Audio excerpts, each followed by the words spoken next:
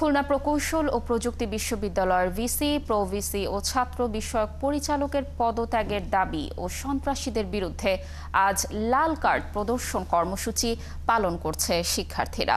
এদিকে সাধারণ শিক্ষার্থীদের ওপর হামলার ঘটনায় বিশ্ববিদ্যালয় প্রশাসনের পক্ষ থেকে মামলা করা হয়েছে। বুধবার রাতে কুয়েটের সহকারী রেজিস্ট্রার সাইফুর রহমান বাদী হয়ে খান জাহান আলী থানায় মামলা দায়ের করেন।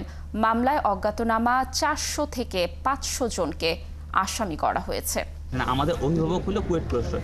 আমাদের অভিভাবক যেহেতু আমাদেরকে নিরাপত্তা দিতে ব্যর্থ হয়েছে, কুয়েট প্রশাসনের যদি এই ব্যর্থতা না থাকতো তাহলে আমাদের কোনোভাবেই এরকম সিচুয়েশন হতো না, এত আমাদের ভাইরা আহত হতো না।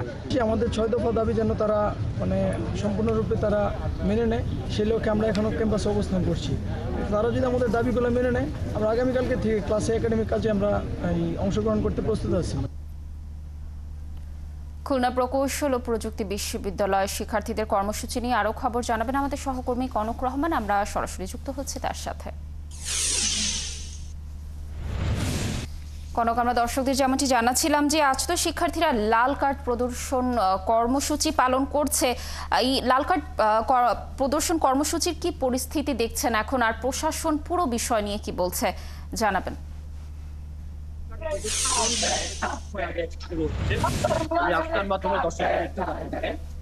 কিছুক্ষণ আগে কুয়েট ক্যাম্পাসের যে কুটুম্বে বাংলা রয়েছে, সেই কুটুম্বে বাংলার সামনে শিক্ষার্থীরা তারা লাল কার্ড প্রদর্শন করছে এবং বিভিন্ন ধরনের স্কিম তারা লিখে রেখেছে। এখানে তারা লিখেছে ছাত্র রাজনীতির ঠিকানা হবে না, সন্ত্রাস নয়, ছাত্র রাজনীতিকে বিদায় চাই। লিখেছেন শিক্ষার্থীরা শিক্ষার্থীর রক্ত ঝরে, প্রশাসন সমালোচনা করে, কেউ কেউ লিখেছে মেরে পরিষ্কার রাজনীতি একটা ভবিষ্যৎ। এই ধরনের বিভিন্ন ধরনের থাকা যাবে না ইত্যাদি বিভিন্ন ধরনের প্লাকার্ডে বিভিন্ন ধরনের বক্তব্য তুলে ধরেছে এবং একই সাথে তারা রেড কার্ড বা লাল কার্ড প্রদর্শন করছে। লাল কার্ড প্রদর্শন করার অন্যতম একটা কারণ হচ্ছে কর্মসূচি 1 নাম্বার 2 হচ্ছে খুলনা প্রকৌশল ও প্রযুক্তি বিশ্ববিদ্যালয়ের উপাচার্য এবং ছাত্র পরিচালককে অবিলম্বে বহিষ্কার এবং গত মঙ্গলবারের ঘটনায় যে সমস্ত সন্ত্রাসীরা এই ক্যাম্পাসকে রক্তাক্ত করেছে তাদের প্রকৃত সন্ত্রাসীদেরকে আইনের আওতায় এনে বিচার করা। এবং শিক্ষার্থীরা বলছে তারা গত মঙ্গলবার পর থেকে একেবারে নিরাপত্তাহীনতায় ভুগছে। ক্যাম্পাস এবং ক্যাম্পাসের বাইরে কোথাও তাদের নিরাপত্তা নেই। যেহেতু তাদের নিরাপত্তা নেই, প্রশাসন তাদের নিরাপত্তা দিতে ব্যর্থ হয়েছে। ফলে প্রশাসনে যারা রয়েছেন তাদের আর প্রশাসনে থাকার কোনো অধিকার নেই এবং দ্রুত সময়ের মধ্যে তারা ব্যক্তিকে পদত্যাগের দাবি করেছে। গতকাল রাতে তাদের প্রধান উপদেষ্টা, শিক্ষা বিষয়ক উপদেষ্টা এবং স্বরাষ্ট্র উপদেষ্টার কাছে স্মারকলিপি দেওয়ার কথা ছিল।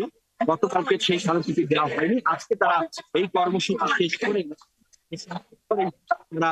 তারা তাদের স্মারকলিপি পেশ করবেন। এখানে আরেকটি কথা বলে রাখি যে গতকাল কিন্তু সিন্ডিকেটের সভায় 28 ফেব্রুয়ারি পর্যন্ত সব ধরনের ক্লাস এবং প্রশাসনিক কর্মকাণ্ড বন্ধ রেখেছে সিন্ডিকেট সভায়। তবে আজকে কোনো ধরনের ক্লাসও হচ্ছে না এবং প্রশাসনিক কোনো ধরনের কর্মকাণ্ড হচ্ছে না।